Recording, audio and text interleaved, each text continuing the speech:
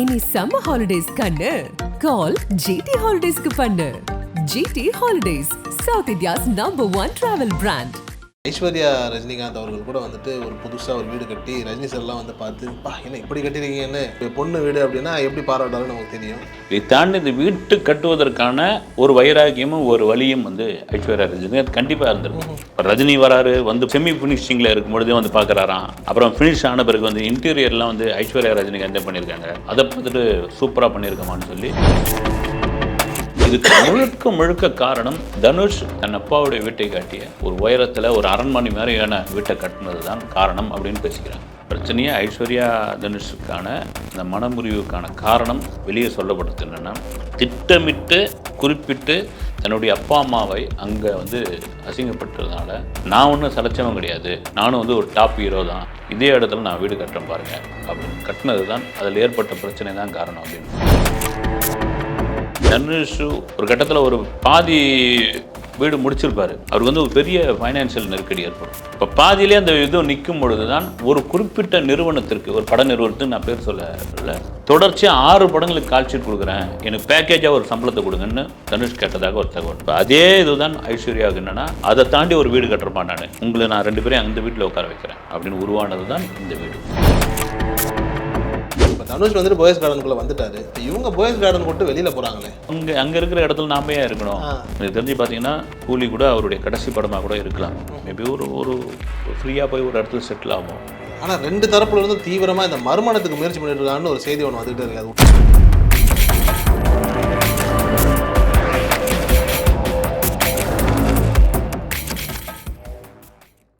ஆகாயம்னர்களுக்கு வணக்கம். நான் உங்கள் அஷ்ரஃப். இன்று நம்மோடு இருப்பது செய்தியார் திரு செய்யார் பாலு அவர்கள். சார் வணக்கம். வணக்கம் சார். சரி, இப்போ சமீப காலமாக வந்துட்டு புது வீடு கட்டுறது, புதுமனை புகுவிழா நிறைய நடந்துக்கிட்டே இருக்குது. ஐஸ்வர்யா ரஜினிகாந்த் அவர்கள் கூட வந்துட்டு ஒரு புதுசாக ஒரு வீடு கட்டி ரஜினி சார்லாம் வந்து பார்த்து என்ன இப்படி கட்டிருக்கீங்கன்னு அவர் சும்மாவே பாராட்டுவார். தன்னுடைய பொண்ணு வீடு அப்படின்னா எப்படி பாராட்டுவாருன்னு நமக்கு தெரியும். எங்கே கட்டியிருக்காங்க, என்ன நடந்துட்டுருக்கு? அது பொதுவாக சொல்லுவாங்க வந்து, என்னையா நீங்கள் இப்போ நம்ம ஆடியன்ஸே ரஜினி மகள் வீடு கட்டுறதை வந்து நீங்கள் இன்னும் பெரிய இதுவாக பேசிக்கிட்டு இருக்கீங்க. அவளுக்கு எவ்வளோ சென்னையில் வந்து திருமண பக்கலாம் ப்ராப்பர்ட்டி இருக்கும், ஒரு சொத்தை சேர்த்து வச்சது இருக்கும் அப்படின்னு. இதை தாண்டி இந்த வீட்டு கட்டுவதற்கான ஒரு வைராக்கியமும் ஒரு வழியும் வந்து ஐஸ்வர்யா ரஜினி அது கண்டிப்பாக இருந்திருக்கும். அதுதான் ரொம்ப முக்கியமான விஷயம். அவங்க வீடு கட்டினதை தாண்டி இப்போ ரஜினி வராரு வந்து அது ஒரு செமி ஃபினிஷிங்கில் இருக்கும்பொழுதே வந்து பார்க்குறாராம். அப்புறம் ஃபினிஷ் ஆன பிறகு வந்து இன்டீரியர்லாம் வந்து ஐஸ்வர்யா ரஜினிகாந்த் பண்ணியிருக்காங்க.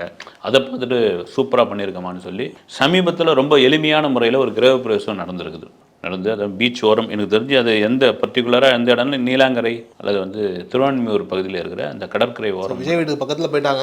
விஜய் வீடு, அஜித் வீடு பக்கத்தில் இருக்கலாம். எல்லாம் பக்கத்தில் தானே இருக்காங்க. 500 மீட்டர் 1 கிலோமீட்டர் தூரத்தில் தானே இருக்காங்க. அஜித் திருவான்மியூர், விஜய் நீலாங்கரை, நடுவில் ஐஸ்வர்யா. கரெக்டாக. ஓகே, நீங்களே முடிவு பண்ணிட்டீங்க. அதான் பீச் ஓரம் ஈஸியாக தான். ஏன்னா ஈஸியாக தான் இன்றைக்கி வந்து இன்னொரு கோடம்பாக்கமாக மாறிக்கிட்டு இருக்குது. அது காரணம் என்னென்னா, ஒரு காலத்தில் வந்து கோடம்பாக்கம், வடபழனி இங்கெல்லாம் இருந்தவங்க அப்படியே பிச்சுக்கிட்டு அங்கே போயிட்டாங்க. நெருக்கடியாகிடுச்சு, சிட்டிக்குள்ளே வண்டி ஓட்ட முடியல, போக முடியல, வெளியே அங்கேனா ஒரு வாக்கிங் போகலாம் வரலாம், யாரும் கண்டுக்க மாட்டாங்க. அதுவும் ஒரு பரபரப்பான ஏரியாவை மாறிக்கிட்டு இருக்கு. இது கட்டியாச்சு. இதுக்கு முழுக்க காரணம் தனுஷ் தங்களுடைய வீட்டை காட்டி, தன் அப்பாவுடைய வீட்டை காட்டிய ஒரு உயரத்தில் ஒரு அரண்மனை மாதிரியான வீட்டை கட்டினது தான் காரணம் அப்படின்னு பேசிக்கிறாங்க. பிரச்சனையே அங்கே தான் நாங்கள் ஆரம்பிச்சது. வந்து பிரச்சனையே ஐஸ்வர்யா தனுஷுக்கான அந்த மனமுறிவுக்கான காரணம் வெளியே சொல்லப்படுறது என்னென்னா, தனுஷோடைய அப்பா அம்மாவை அங்கே சரியாக ரிசீவ் பண்ணல, அவங்களுக்கு சரியான மரியாதை கொடுக்கல. அதுக்கு காரணம் நீங்கள் வந்து சம்பந்திங்கிற அந்தஸ்தில் நீங்கள் உயரமாக இருக்கீங்க, எங்கே இது வந்து கொஞ்சம் கம்மியாக இருக்காங்க. அதில் ஏற்பட்ட ஒரு நெருடல், அதில் ஏற்பட்ட ஒரு பிரச்சனை, அது கணவன் மனைவிக்குள்ளான விவாதமாக மாறி அப்புறம் ஒரு பிரிதல்ன்ற ஒரு விஷயத்துக்கு வந்தாச்சு அப்படின்ற டாக் வந்து கோடம்பாக்கத்தில் இருக்குது. மேபி இது நம்பக்கூடிய அளவுக்கு தான் இருக்குது. ஏன்னா அதே இடத்துல இடம் வாங்கி உங்களை தாண்டி ஒரு பிரம்மாண்டமான ஒரு மாளிகை கட்டுறோம் பாருன்னு தனுஷ் இறங்கி கட்டி முடித்து தன்னுடைய அப்பா அம்மாவை அதில் வந்து உள்ள குடிபுக வச்சுட்டார். அவங்க தான் வாழ்ந்துக்கிட்டு இருக்காங்க. அதில் அந்த கிரகப்பிரவேசம் கூட வந்து நடந்தப்போ ஒரு கணவன் மனைவி குழந்தைங்களோடு உட்காந்து இந்து முறைப்படி ஒரு அந்த அக்னி குண்டத்துக்கு நடுவில் உட்காந்து அந்த பரிகாரம்லாம் பூஜையெல்லாம் செய்யணும். அதுதான் முறை.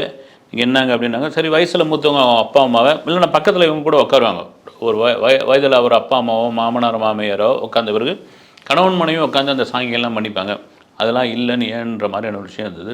திட்டமிட்டு குறிப்பிட்டு தன்னுடைய அப்பா அம்மாவை அங்கே வந்து அசிங்கப்பட்டதுனால நான் ஒன்றும் சலைச்சவன் கிடையாது, நானும் வந்து ஒரு டாப் ஹீரோ தான், எனக்கு ஒரு பெரிய ரசிகர் கூட்டம் இருக்குது, நானும் நல்லா சம்பாதிக்கிறேன், இதே இடத்துல நான் வீடு கட்டுறேன் பாருங்கள் அப்படின்னு கட்டினது தான் அதில் ஏற்பட்ட பிரச்சனை தான் காரணம் அப்படின்னு. நீங்கள் அந்த காலகட்டங்களில் தனுஷ் ஒரு ஒரு கட்டத்தில் ஒரு பாதி வீடு முடிச்சிருப்பார். அவருக்கு வந்து ஒரு பெரிய ஃபைனான்சியல் நெருக்கடி ஏற்படும். நீங்கள் வந்து அந்த காலத்துலேயே சொன்னாங்க இல்லைங்களா, வீட்டை கட்டிப்பார் கல்யாணத்தை பண்ணிப்பாருன்னு. இங்கே அவங்க தகுதிக்கு தகுந்த மாதிரி ஒரு சாதாரண ஆள் ஒரு ஓட்டு வீடு கட்டுறான், ஒரு குடிசை வீடு கட்டுறான்னா அவனுக்கு அது நெருக்கடி தான். நீங்கள் மாளிகை கட்டுறீங்கன்னா உங்களுக்கு நெருக்கடி தான். ஒரு ஆஸ்கர் ஃபிலிம்ஸ் ரவிச்சந்திரன் அவர்கிட்ட பேசிட்டு இருக்கும்போது சொல்லுவார், சார் உங்களுக்கு 5000 ரூபா பிரச்சனை, எனக்கு 50 லட்ச ரூபா பிரச்சனை சார். பிரச்சனை ஒன்று தான், தொகை தான் வேறு.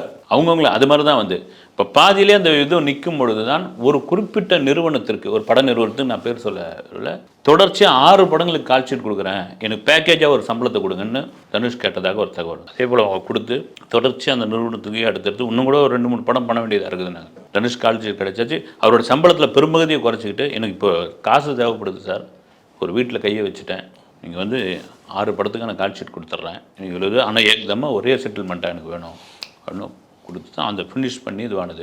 கிரகப்பிரவேசத்துக்கு கூப்பிடல, மகன்களை கூட இது பண்ணல. அந்த கோபம் தன் அப்பாவிட, எங்கள் அப்பாவிட நீங்கள் என்ன அந்தளவுக்கு பெரிய ஆளா அப்படின்னு ஒரு மகளுக்கான கோபம். எப்போவும் பார்த்தீங்கன்னா இந்த பெரிய ஒரு ஒரு ஒரு தாய் தகப்பனுக்கு வந்து இந்த முதல் குழந்தை மேலே ஒரு பெரிய பாசம் இருக்கும், தகப்பனுக்கு ரொம்ப பெரிய பாசம் இருக்கும். ஃபஸ்ட்டு பிறகு ரஜினி வந்து ஐஸ்வர்யா பிறந்த உடனே அவர் அந்த 80s இன்டர்வியூ கொடுத்தப்போ வந்து அப்படியே எங்கள் அம்மா ஜாடை தான் இந்த குழந்தை வந்து, என் மகள் வந்து எங்கள் அம்மா தான் பிறந்திருக்காங்க, ஜிஜி பாயை அவங்க அம்மா பேர் வந்து அந்த பேர் தான் முதல்ல வச்சு கூப்பிட்டுட்டு இருந்தாங்க. இது எல்லாம் தாண்டி ஐஸ்வர்யா மீது எங்கே அபரிதமான ஒரு பாசம் ஒரு தந்தைக்கு, எல்லா தந்தைக்கும் உண்டு. வந்து எங்கே வந்தது அப்படின்னா, ஏவிஎம்மில் KS ரவிக்குமாருடைய படம், அதில் தான் அவர் உடம்பு சரியில்லை, அந்த படம் பேர் ராணா படம். காலையில் பூஜை, கே பாலச்சந்தர் சார்லாம் கலந்துக்கிறாங்க. பூஜை முடிஞ்ச உடனே மத்தியானத்துலேருந்து ஷூட் ஸ்டார்ட் ஆகுது. அந்த கெட்டப்போட வந்தாச்சு, வந்து நின்னாச்சு. ஃபர்ஸ்ட் ஷாட் எடுக்கிறதுக்கு முன்னாடி வாமிட் பண்ணுறாரு ரஜினி. அப்புறம் சரி அன்டைஷனாக இருக்க போது ஏதோ இந்த ஈனோ மாதிரியான இதெல்லாம் கொடுக்குறாங்க, வந்து ஏதோ சோடாலாம் கொடுக்குறாங்க. மறுபடியும் இன்னொரு முறை வாமிட் பண்ணுறாரு. அவருக்கு ஒன்றும் முடியல. ரவிக்குமாரை பேக்கப் பண்ணிடலாம் சார், வேணாம் அப்படின்னு. பெரும்பாலும் ரஜினி அதை ஒத்துக்க மாட்டார். இல்லை ஒன்றும் இல்லைங்க, நான் கொஞ்சம் ரெஸ்ட் எடுத்துருவேன். அவருக்கே தெரிஞ்சு போய், இல்லை வேணாம் ரவி, நாளைக்கு எடுத்துக்கலாம், எனக்கு ஒரு மாதிரியாக இருக்குது உடம்புன்னு சொல்லி வீட்டுக்கு போகிறாரு. வீட்டுக்கு போனோம் திரும்ப வாமிட் பண்ணுறாரு.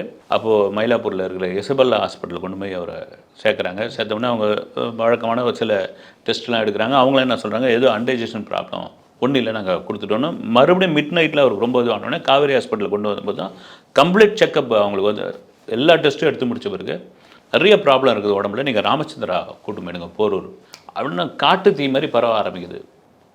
மீடியாவும் ரசிகர்கள் வந்து போரூர் ராமச்சந்திரா முன்னாடி குவிய ஆரம்பிச்சிட்டாங்க. ஏறக்குறைய சீரியஸ் கண்டிஷனில் இருக்கார் ரஜினி, ஐசியூ வார்டில் வந்து பயங்கரமான போராட்டத்தில் இருக்கான்ற மாதிரி வெளியே நியூஸ்லாம் வர ஆரம்பிச்சிது. இப்போது தன்னுடைய அப்பா பக்கத்தில் ஒரு மையம் மாதிரி இருந்தது வந்து ஐஸ்வர்யா தான். பார்த்துக்கிட்டு ஒரு தைரியம் சொல்லிவிட்டு, அப்போ ஒன்றும் இல்லை உங்களுக்கு, நான் இருக்கிறேன், ஒன்றும் கவலைப்பட, அதெல்லாம் ஒன்றும் இல்லைன்னு அவர் வெளியே வந்து வதந்தியாக வேறு விதமாலாம் இதாகி போச்சு. ரஜினி இறந்துட்டார், அது மாதிரியான இதெல்லாம் பரப்ப ஆரம்பிச்சிட்டாங்க. அது பெரிய காட்டுத்தீயாக வரணுன்னு தான் ஐஸ்வர்யா தான் இமீடியட்டாக, அப்போ நல்லா இருக்கிறீங்களா, கான்சியஸாக தான் இருக்கார், வந்து இமீடியட்டாக ஒரு ஆடியோ ஒன்று பேசுங்க, இன்னும் அவர் ஆடியோ பேசி நான் நல்லா இருக்கிறேன், என் ரசிகர்களுக்கு இன்னும் இதுவெல்லாம் நான் பார்த்தீங்கன்னா ஆரோக்கியமாக இருக்கிறேன், நீங்கள் ஒன்றும் கவலைப்படாதீங்கன்னு ஒரு ஆடியோ உடனே வந்த பிறகு தான் எல்லா ஃபேன்ஸும் அது எல்லாம் ஐடியா கொடுத்து ஐஸ்வர்யா. அதன் பிறகு தான் இவர் கிட்னி பாதிப்பாயிருக்குன்னு சொல்லி சிங்கப்பூர் ஹாஸ்பிட்டலுக்கு அவரை ஷிஃப்ட் பண்ணுவாங்க. சிங்கப்பூர் அந்த மருத்துவமனையில் ஒரு மகனாக இருந்து பார்த்து கொண்டது தன் மகள் தான். இப்போ பிக்கெலாம் கூட வந்திருக்கும், ஒரு வண்டி தள்ளி மறுத்துலாம் பண்ணுறது. அப்போ ஏர்போர்ட்டில் வராரு ரஜினி, ஃபேன்ஸ்லாம் வந்து நின்றுட்டு இருக்காங்க. அந்த ஸ்டில்லு பார்த்தீங்கன்னா தெரியும், அது ஒரு blue colour jeans, white colour shirt, இந்த தளபதி படத்தில் வர கெட்டப்பில் மேலே நின்று கையாட்டுவார். உங்களால் தான் நான் நல்லா இருக்கிறேன் அப்படின்னு சொல்லிட்டு வண்டி கிளம்போ போயஸ் கார்டன் வீட்டில் இந்த மாவிளை தோரணம் கிரணம் பூஜையெல்லாம் பண்ணி ரெடியாக வச்சுருப்பாங்க. நம்ம வந்து ஆலங்கரைச்செல்லாம் வைக்க சொல்லி ரெடியாக இருப்போ போயிட்டு மீனமாக தாண்டுற நேரத்தில் வண்டியை வந்து ஐஸ்வர்யா வீட்டுக்கு திருப்புங்கன்றாரா ரஜினி. இப்போ தனுஷ் கூட வீனஸ் காலனிலேருந்து ஃப்ளாட்டில் இருந்த பயங்கர மகிழ்ச்சியான் ஐஸ்வர்யாவுக்கு வந்து, தன் அப்பா வராரு, தன்னுடைய 2 குழந்தைங்களோட சேர்த்து இவரும் ஒரு குழந்தை தான் வீட்டுக்கு வராருன்னு. இவங்க லதா இவங்கெல்லாம் மற்ற சொல்கிறாங்க வந்து அங்கே அந்த அளவுக்கு சௌரியம் இல்லை, நம்ம வீட்டுக்கு போயிட்டு வரலாம், அங்கே போங்க, வீனஸ் காலனி வீட்டுக்கு போங்க, என் பொண்ணு வீட்டுக்கு போங்க, என் மகள் வீட்டுக்கு போங்க அப்படின்னு பார்த்தோன்னே அதுக்குள்ளே இங்கேருந்து வேலைக்காரங்களாம் ஃபோன் பண்ணி இதெல்லாம் ரெடி பண்ணுங்கள், அப்பாவுக்கு தனியாக பெட்டு அந்த ரூமை வந்து சுத்தம் பண்ணுங்கள், ஆலங்கரைச்சி வைங்க அப்படின்னு. நம்மளுக்கு கொஞ்சம் காலம் அந்த வாக்கிங்லாம் போவார். வீனஸ் கால் நம்ம ஐஸ்வர்யா தனுஷ் வீட்டிலேருந்து எல்டம் சொல்லிட்டு கமல் வீட்டு வழியெல்லாம் போய் வாக் போனதெல்லாம் வந்து நைட்டில் இதெல்லாம் சில படங்கள்லாம் வந்துருந்தது.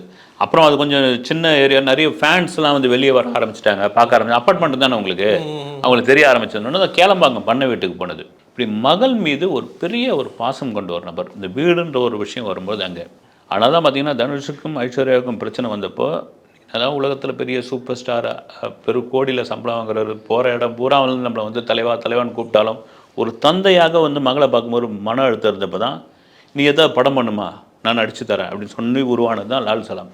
அதனால தான் திருப்பதியில் ஒரு பிரார்த்தனை, கடப்பா தர்காவில் ஒரு வேண்டுதலோடு முடிச்சுட்டு தான் அந்த படத்தை ஸ்டார்ட் பண்ணுது. அது வெற்றியாக தோல்வியாக அது அப்பாற்பட்ட விஷயம். ஒரு தந்தையாக ஒரு மகள் வந்து வீட்டில் இருக்காங்கன்னு பார்த்தது தான். இப்போ அதே இதுதான் ஐஸ்வர்யாவுக்கு என்னென்னா, அதை தாண்டி ஒரு வீடு கட்டுறப்பா நான் என் சொந்த செலவில் உங்களை நான் 2 பேரையும் அந்த வீட்டில் உட்கார வைக்கிறேன் அப்படின்னு உருவானது தான் இந்த வீடு. இப்போ நீங்கள் சொன்னீங்க லால் சலாம் பற்றி சொன்னீங்க. இந்த லால் சலாம் ஆடியோ லான்ச்சில் கூட ஐஸ்வர்யா பேசும்போது ரஜினி அவர்கள் வந்துட்டு அப்படியே கண் கலங்கி எமோஷனலாலாம் ரொம்ப அது நார்மலாக ரஜினி அப்படி நம்ம பார்க்குறதே இல்லை, ரொம்ப போல்டாக அந்த எமோஷன்ஸை வெளியில் காட்டாத ஒரு மனிதர் தான். குறிப்பாக வந்து ஐஸ்வர்யா சொல்லுவாங்க அந்த மாதிரி வந்து இப்போல்லாம் நல்லா இருக்கீங்களா அப்படின்னு, நம்ம நல்லா இருக்கும்னு சொன்னாலே வந்துட்டு என்ன நல்லா இருக்கீங்களா அப்படின்ற மாதிரி கேட்குறாங்க அப்படின்னு. அது அந்த பேச்சிலே தெரிஞ்சது ரொம்ப அடிபட்டு வந்த ஒரு நிலையில் இருக்கக்கூடிய ஒரு பேச்சு தான் இல்லையா? அது ரஜினி சார் எப்படி ஹேண்டில் பண்ணார்? இல்லை, அதுதான் வந்து உங்களுக்கு நீங்கள் சொல்கிற மாதிரி அதில் ரஜினி எந்த விஷயத்துக்கும் வந்து பெருமளவு உணர்ச்சி வசப்பட மாட்டார். அவர் உணர்ச்சி வசப்பட்டதை சினிமாவிலே வந்து அழ தெரியாத ஒரு நடிகர்லாம் கூட சொல்லுவாங்க. வந்து அவர் ஆரம்பகட்ட காலங்களில் வரும்போது அழ வரல, இவருக்கு சும்மா கண்டபடி கசக்கிட்டு விடுவார். வந்து அவர் சரியாக அழ தெரியலன்னா அந்த சீனை வந்து மழை சீனாக மாற்றிடுவாங்க.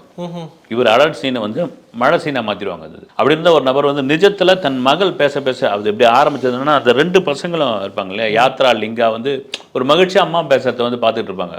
அவங்க 2 பேரும் என்னுடைய சின்ன பையன் வந்து அம்மா எதுவும் சொதப்பிடாத கரெக்டாக பேசிடு அப்படின்னு வார்ன் பண்ணி அமைச்சான். அப்படின்லேருந்து ஆரம்பித்து தன் அப்பாவை பற்றி பேசுகிறப்ப அப்படி கண் கலங்கி நிற்பார். அதற்கு காரணம் என்னென்னா, அதுதான் ஒரு ஒரு ஒரு 73 வயதான ஒரு அப்பாவுடைய ஒரு பார்வையிலேருந்து தான் பார்க்குறாரு அந்த மகளை. வெறும் நீங்கள் என்ன தான் சூப்பர் ஸ்டார் வீட்டு பிள்ளைகளாக இருந்தாலும் உங்களுக்கான ஒரு என்ன சொல்கிறது, ஒரு சுதந்திரம்ன்றது ஒன்று பறி போயிருக்கேன் இல்லைங்களா, அவங்களுக்கு உண்டு இல்லையா? இப்போ இவருக்கு ஒரு கனவு உண்டு இல்லையா? இவர் நண்பர்கள்ட்ட யார்கிட்டையும் பாலகுமாரன்கிட்ட சொன்னாரா வந்து பாட்சா படத்தில் டைலாக் எழுதிட்டு இருக்கும்போது, ரஜினி சார் இருங்க போய் வந்து எதிர்கடையில் வந்து டீ சாப்பிட்டு வரேன்னு கொடுத்து வச்சு ஒரு சார் நீங்கள் ஏங்க நான் போய் சாதாரண ஒரு தள்ளுவண்டில் கடை டீ சாப்பிட்டு வரேன், நீங்கள் போய் தள்ளுவண்டு கடையில் ஃப்ரீயாக டீ சாப்பிட்றீங்க, நான் வந்து டீயோ காப்பியோ சாப்பிட்றேன் சரவணபவனை விலைக்கு வாங்கினேன் நான் அப்படின்னாரு. அந்த மனசு இருக்கு இல்லைங்களா, அது தன் பிள்ளைகளுக்கு இருந்திருக்கும். போகிற இடம் பூரா வந்து ரஜினியோடைய மகள் ரஜினி ஆரம்பகட்ட காலத்தில் அது இருக்குல்ல, அந்த சுதந்திரம்லாம் இல்லாமல் தானே நீங்கள் வளர்ந்தீங்க, உங்கள் வாழ்க்கையும் இப்படி இருக்குது. இந்த இடத்துல வந்து ஒரு படத்தை டைரக்ட் பண்ணி ஒரு ஆடியோ லான்ச்சில் அப்பாவையும் மகன்களையும் வச்சு பார்க்கும்பொழுது அந்த ஒரு வேதனையில் தான் அவர் வந்து வெளிப்படுத்தின ஒரு விஷயமா இருக்கும். இப்போ தனுஷ் வந்துட்டு போயஸ் கார்டனுக்குள்ளே வந்துட்டார். இப்போ இவங்க போயஸ் கார்டன் கூட்டு வெளியில் போகிறாங்களே, அது என்ன எதுக்கு தேவையில்லாமல் பக்கத்தில் இருந்துக்கிட்டுங்கிற மாதிரியான இல்லை மேபி இருக்கலாம். பாய்ஸ் கார்டனில் தொடர்ச்சியாக இருப்பாங்களா, இல்லை வந்து இந்த வீடு ஏன்னா இவ்வளோ தூரம் வந்து கிரகப்பிரவேசம் பண்ணி அதை இன்டீரியர் பார்த்து பண்ணுறது குடியேறதுக்காக. குறிப்பாக வந்துட்டு இப்போ இந்த மாதிரி பிரபலங்கள் கரெக்டாக சொன்னீங்க நீங்கள். இது சொன்ன மாதிரி அங்கே இருக்கிற இடத்துல நாம ஏன் இருக்கணும்? ஏன்னா ஒரு சோஷியல் மீடியாவில் நாங்கள் 2 பேரும் பிரிஞ்சிட்டோம்னு தனுஷ் போட்டது, அப்புறம் ஒரு கட்டத்தில் வந்து நீர் புத்து நெருப்பாக இருந்தது, அப்புறம் பிரிஞ்சுட்டாங்கன்னா அப்புறம் இப்போ சமீபத்தில் நாங்கள் வந்து மியூச்சுவலாகவே பிரிஞ்சு போகிறோம்னு சொன்ன பிறகு ஏன் நம்ம இங்கே இருக்கணும், கிளம்பிடுவோம் அப்படின்னு. அதாவது போயஸ் கார்டன் வந்து ரஜினியால் தான் அந்த ஏரியாவே பெருமையாச்சு விஷயம் சொல்லப்போனால். அந்த ஒரு இடையில கூட ஒரு பக்கத்து அம்மா கூட ஒரு சண்டை போட்டதுலாம் கூட வைரல் ஆச்சு. தலைவா வாழ்கன்னு வந்து சத்தம் போடுறீங்க, நாங்கள் எங்கே இருக்கிறதுன்னு.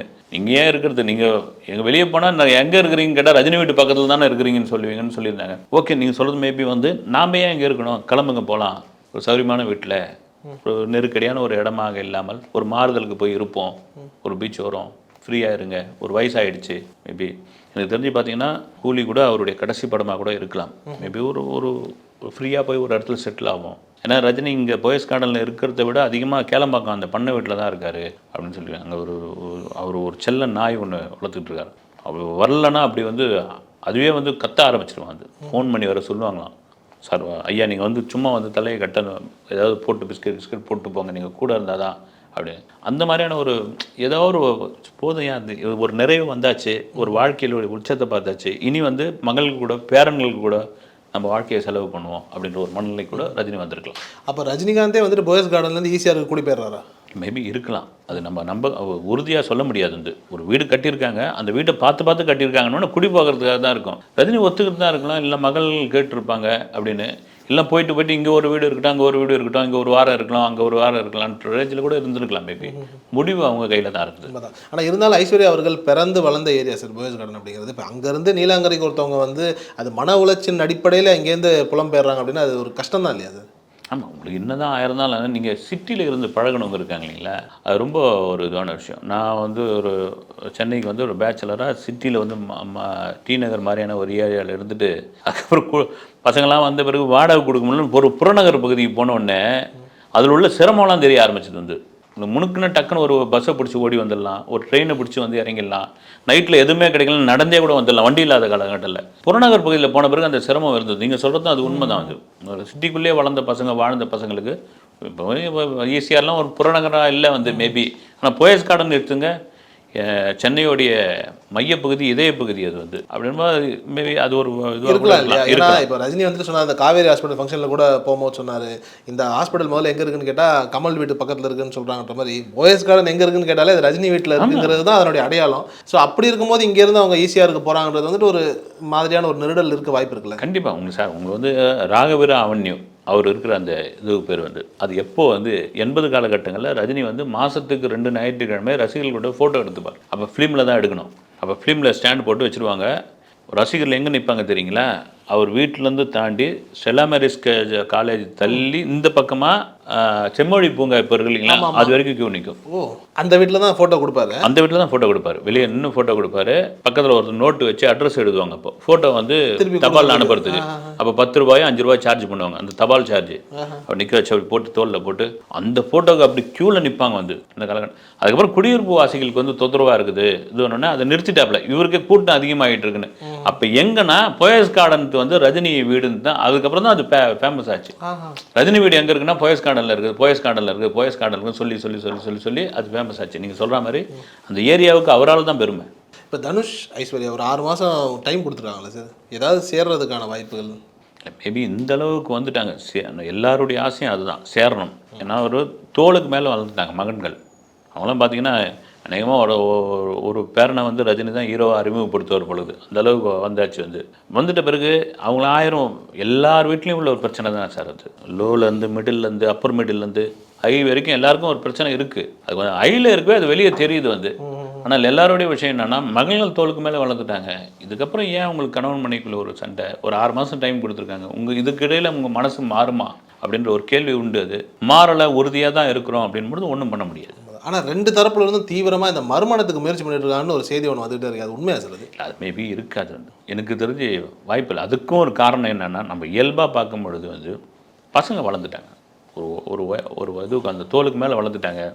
நம்முடைய கலாச்சாரம் வந்து பார்த்திங்கன்னா இந்த என்னதான் இருந்தாலும் பிரிஞ்சிருந்தாலும் இந்த ஒருவனுக்கு ஒருத்தி நீங்கள் சொல்லுவாங்க இல்லைங்களா, பசங்க உயரமாக வளர்ந்துட்டாங்கன்னு. இப்போ ஒரு கணவன் மனைவி கூட பார்த்திங்கன்னா ஒரு பசங்கள்லாம் கொஞ்சம் இதுவாக வளர்ந்துட்ட பிறகு பார்த்திங்கன்னா இந்த கை கோத்தெல்லாம் நடக்கவே மாட்டாங்க. அப்படியே பசங்களாம் பெரிய பசங்களாக இருக்குங்க, கம்முன்னு கையை விடுங்கன்னுவாங்க. மனைவி வந்து இது பண்ணுவாங்க, நான் முன்னே புறம் பின்னாடி வாங்கினேன். உண்டு, இன்றைக்கும் உண்டு. நீங்கள் என்ன தான் மாறிட்டாலும் உண்டு. அதுதான் நம்ம கல்ச்சர். நீங்கள் மேற்கத்திய கலாச்சாரம் வந்து பசங்க தோளுக்கு மேலே வளர்ந்த பிறகு கூட கல்யாணம் பண்ணிப்பாங்க. அது அந்த மேற்கத்திய கலாச்சாரம் இங்கே வந்ததா எனக்கு தெரியல. வந்து இப்போ அதுக்கு 2 பேரும் ஒத்துக்க மாட்டாங்கன்னு தான் எனக்கு தோணுது. வந்து அதுக்கான வாய்ப்பு இல்லை. ரொம்ப நன்றி சார். நேரம் வணக்கம். இனி சம்மர் ஹாலிடேஸ் கண்ணு கால் GT ஹாலிடேஸ்க்கு பண்ணு. GT holidays, South India's #1 travel brand.